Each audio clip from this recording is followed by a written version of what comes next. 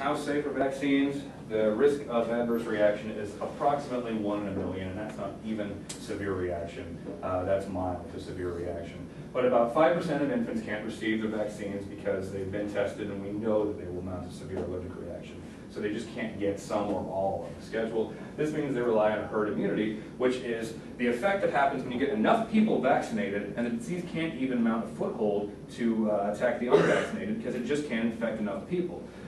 But the herd can and does break down. It is breaking down. New England Journal of Medicine drew close correlations between geographical clusters of vaccine refusal, high rates of disease. What this means is that, say California, the vax rate is, I believe, about 80–85% in California as a whole, but it's not evenly distributed across the state.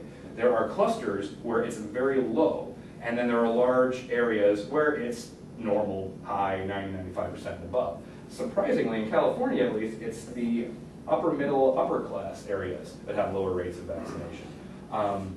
And so those clusters drag down the state overall average, but those clusters, we're talking, 60–70% vaccination rate. And those are the places where these things are breaking out more often. The low vaccination rate areas have had different outbreaks. There was, I think it was last year, or maybe early this year, there was a mumps outbreak in the Bronx. The Bronx has a low vax rate. Kids got mumps. There was an actual epidemic of mumps in the Bronx. I'd never met anybody who had mumps. So, but the general breaking point is about 90%. And once you get below 90% vaccination, that's when herd immunity stops being able to protect the unvaccinated. So up until 90%, the anti-vaxxers are actually not getting the diseases that they claim don't really matter because of the rest of us who are vaccinated. They're actually mooching off of our vaccinations. In some parts of the U.S., like I said, it's really low. When I was at the amazing meeting, we raised $12,000 to vaccinate Southern Nevada because Southern Nevada has a vax rate of only 60%. And a lot of that they attribute to poverty, which is why we were raising the money in the first place. So what's the real harm? I mentioned the mumps outbreak in the Bronx, but last year measles was declared endemic in the UK. That means measles is like the common cold in the United Kingdom again, because they, more than anybody else, have started taking the MMR vaccine thanks to Andrew Wakefield's study. People have died, it was all completely preventable, and we can directly, more or less, attribute it all to Andrew Wakefield. Their spin is the diseases aren't really that bad, but I need to point out again, children have died, and they didn't have to die, because the disease that killed them could have been prevented entirely. Here's a case where that did happen.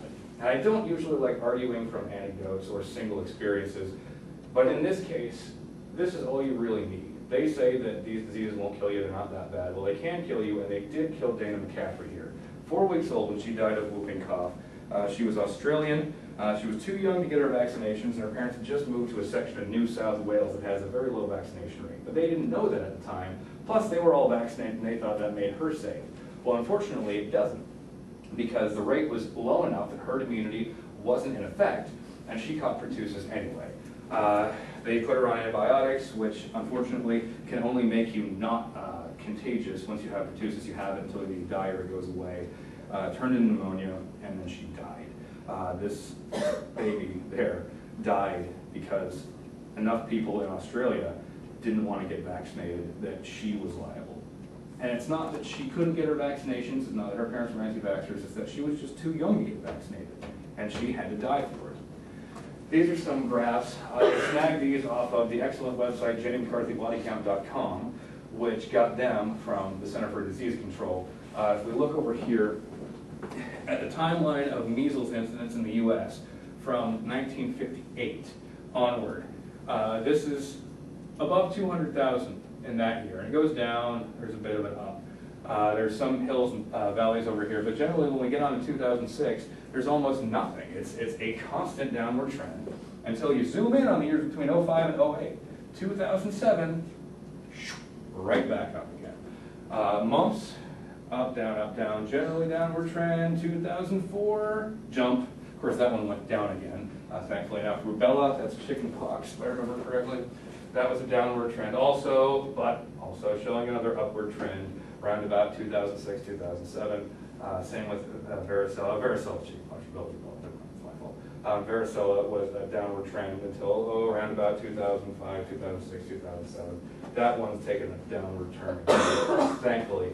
And I think it's fair to say that the anti-vax movement has had something to do with the resurgence of these diseases.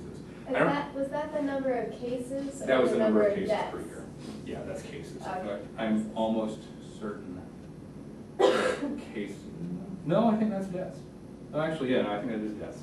We can check me when I'm done. Polio, I don't have a graph on, but it was eradicated in the Western Hemisphere in 1994. It hasn't been a single case in the last 17 years.